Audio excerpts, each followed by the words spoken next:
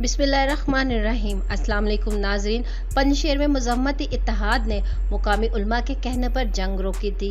अहमद मसूद का तालिबान पर वादे की खिलाफ वर्जी करते हुए जंग जारी रखने का इल्ज़ाम।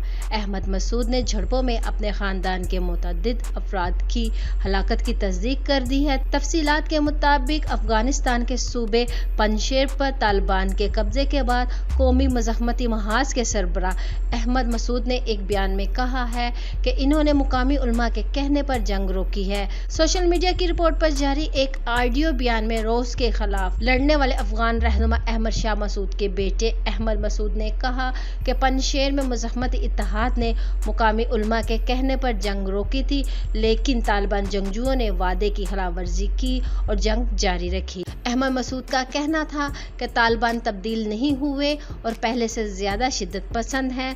बैनुल-अक़वामी बरादरी को तनकीद का निशाना बनाते हुए इन्होंने कहा कि तारीख अपना फैसला खुद करेगी। वाज़िया रहे कि आज अफगान तालिबान के तर्जुमान ज़बीउल्लाह मुजाहिद ने अफगानिस्तान के आखिरी सूबे पंजशेर में फतह का ऐलान किया है। एक बयान में इन्होंने कहा है कि दुश्मन का आखिरी गुड़वादी पंजशेर को फतह कर लिया गया है। तो नाज़रीन, इस खबर को लेकर अपनी कीमती राय का इज़हार नीचे कमेंट्स बॉक्स में जरूर करिएगा। बाखबर रहने के लिए चैनल को सब्सक्राइब करें, बेल आइकन को क्लिक करें ताकि आपको लेटेस्ट अपडेट्स मिलती रहे।